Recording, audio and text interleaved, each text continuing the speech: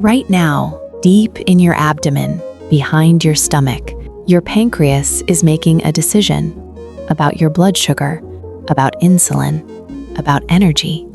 Inside tiny clusters called islets of Langerhans, beta cells are releasing insulin into your bloodstream, molecule by molecule, regulating how every cell in your body uses glucose.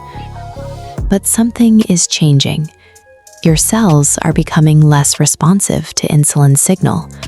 Not dramatically, not obviously, just slightly more resistant than yesterday, and your pancreas is noticing. Before your blood sugar rises, before you feel energy crashes, before any test shows a problem, your beta cells have already started working harder, compensating for resistance that's been building for years. This is the 10-year window, the silent phase before prediabetes appears. For years, maybe a decade, your pancreas operates in overdrive mode. Inside the pancreas, scattered throughout its tissue, are the islets of Langerhans, tiny clusters of endocrine cells. At the center of each islet are beta cells. Their job is simple: sense glucose in your bloodstream and release exactly the right amount of insulin. Insulin is the key that unlocks your cells. It binds to receptors on cell membranes, signaling them to open glucose channels, allowing sugar to enter, fueling mitochondria, creating energy. But insulin resistance is developing, maybe from chronic stress, excess visceral fat, processed foods, sedentary lifestyle. Whatever the cause, your cell's insulin receptors are becoming desensitized. They're not responding as strongly to insulin's signal. More insulin is needed to achieve the same effect. Your beta cells detect this immediately. They increase insulin production by 20%, then 30%, then 50%, working harder to overcome the resistance. For a while, it works perfectly. Your blood sugar stays completely normal. Fasting glucose 85, A1C 5.2. Your doctor sees nothing wrong.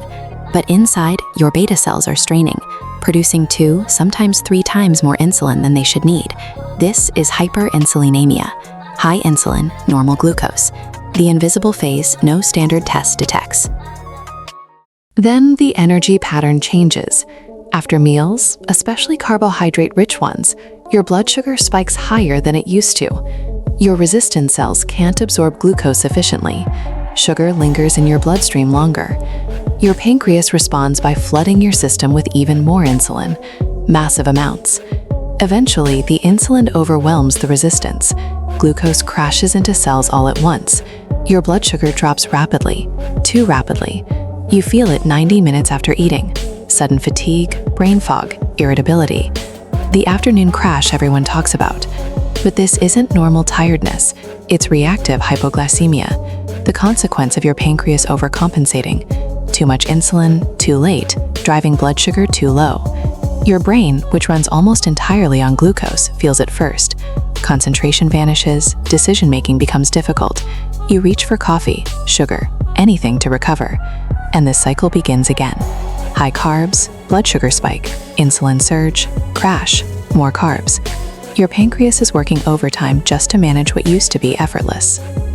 Deep inside your beta cells, the strain is mounting. These cells weren't designed for chronic overproduction. The endoplasmic reticulum, where insulin is manufactured, becomes overloaded. Protein folding errors increase.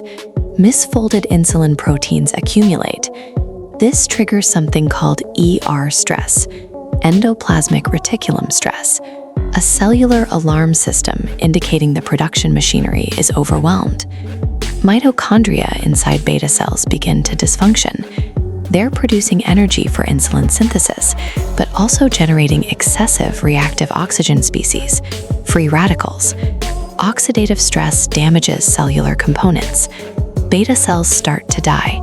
Not all at once, not dramatically, just 1 to 2% per year. Apoptosis, programmed cell death. Your pancreas loses functional capacity slowly. At 80% beta cell mass, compensation is still possible. At 70, it's becoming difficult. At 60, your fasting glucose finally starts to rise.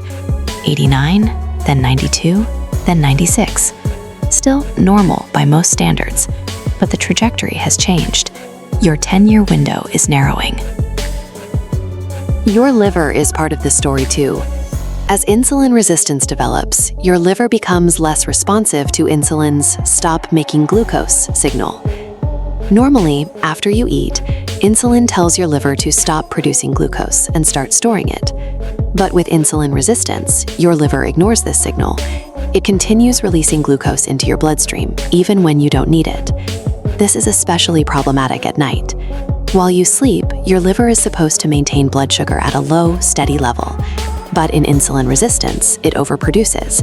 Your fasting glucose creeps higher, and your pancreas must release insulin, even at night. Beta cells never get rest. Meanwhile, excess insulin drives fat storage in your liver. Non-alcoholic fatty liver disease develops. Fat accumulates in hepatocytes. This further worsens insulin resistance, creating a vicious cycle. Insulin resistance, fatty liver. More insulin resistance, more liver fat. Your liver and pancreas are locked in a failing partnership, both struggling, both compensating, both slowly losing the battle. Eventually, compensation reaches its limit. Beta cells can't produce enough insulin to overcome the resistance. Blood sugar begins to rise consistently.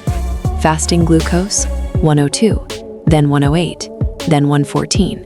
Prediabetes. A1C crosses 5.7%, then 6.0%. The symptoms you can clearly feel begin to surface. Increased thirst that doesn't seem to resolve. You're drinking water constantly. Frequent urination, especially at night. Your kidneys are trying to flush out excess glucose. Energy crashes become more severe and unpredictable. Weight loss becomes nearly impossible despite effort. High insulin drives fat storage relentlessly. Skin changes appear. Dark, velvety patches on your neck, armpits, groin. Acanthosis nigricans, a visible sign of severe insulin resistance. Wounds heal slowly. High blood sugar impairs immune function and circulation. Vision becomes blurry, especially after meals. Glucose affects the lens of your eye. Brain fog persists throughout the day. These aren't random. They're the spillover. When your pancreas can no longer maintain glucose control, every system feels the impact. Your blood vessels are bathed in excess sugar. Your nerves are exposed to glycation. Your organs are functioning in a metabolic environment they weren't designed for. This is your body making the invisible visible, demanding intervention before permanent damage occurs. Here's what's important to understand. Your pancreas didn't fail you. For years, possibly a decade, it compensated magnificently. Beta cells worked overtime. Insulin production increased 200%, 300% to maintain normal blood sugar. Your body fought to protect you from the consequences of insulin resistance. The biology you're experiencing now is not a failure. It's communication.